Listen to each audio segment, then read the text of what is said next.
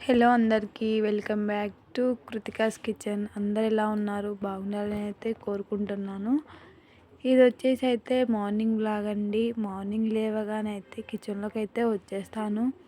వచ్చి అయితే స్టవ్ అయితే క్లీన్ చేసేసి పెట్టేసుకుంటాను.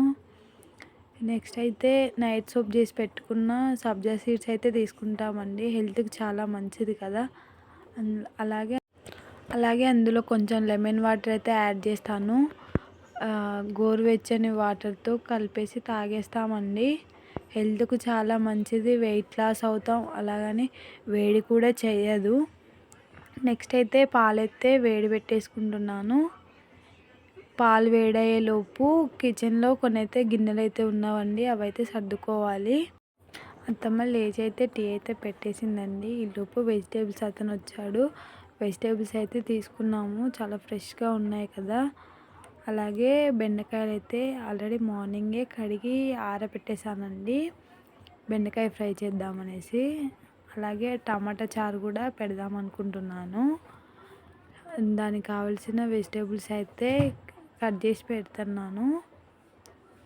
పచ్చిమిర్చి అయితే చూస్తున్నారు కదా, గ్రీన్గా అవైతే చాలా బాగుంటాయి. తేజ మిర్చి అయితే ఉంటవి కదా, అవైతే యూజ్ చేస్తామండి అప్పుడప్పుడు చార్లల్లో, కర్రీస్లలో స్పైస్నెస్ కోసం.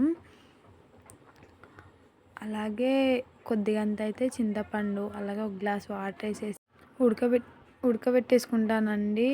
అలాగే రైస్ కూడా కడిగి పెట్టేసుకుంటాను.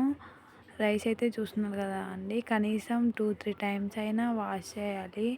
రైస్లో చాలా డస్ట్ అయితే ఉంటుంది కదా, అందువల్ల 2-3 టైమ్స్ కడిగేసి కొద్దిసేపు అలా అయితే నానబెట్టేస్తాను. నానబెట్టేసిన తర్వాత వండుతాను. ఇది వచ్చేసి బెండకాయ ఫ్రై చేద్దాం అనుకున్నాం కదా, వాటి కోసం అయితే వెజిటేబుల్స్ అయితే కట్ చేసుకుంటున్నాను. పిల్లలకు చాలా ఇష్టం అండి బెండకాయ ఫ్రై అంటే. సో అలాగనేసి పిల్లలకు బెండకాయ ఫ్రై అయితే చేస్తున్నాను. అలాగే టమాటో చారు కూడా వేస్తున్నాను. నెక్స్ట్ ఇదైతే బెండకాయ ఫ్రై స్టార్ట్ చేస్తున్నాను. వన్ సైడ్ ఏమో రైస్ కుక్ అవుతుంది, ఇంకో సైడు టమాటోస్ మంచిగా బాయిల్ అవుతున్నవి. అలాగే బెండకాయ ఫ్రై కూడా స్టార్ట్ చేశాను. తాలింపు అయితే వేసుకున్నానండి. వెల్లుల్లి చాలా మంచిది కదా, వెల్లుల్లి అయితే ఎక్కువగా యూజ్ చేస్తాము. వెల్లుల్లి, కరివేపాకు ఇవి చాలా యూజ్ చేస్తాము మేము ఎక్కువగా. ఆనియన్స్ ఫ్రై అయ్యాక బెండకాయలు అయితే వేసుకుంటున్నాను. వేసుకొని అయితే కలిపేసుకుంటున్నాను. ఈలోపు టమాటోస్ కూడా కుక్ అయిపోయాయండి.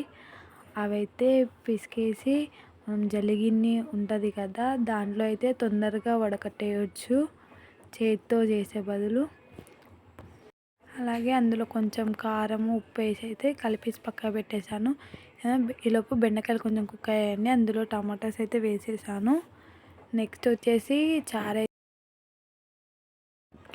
చారైతే తాలింపు వేసుకుంటున్నానండి.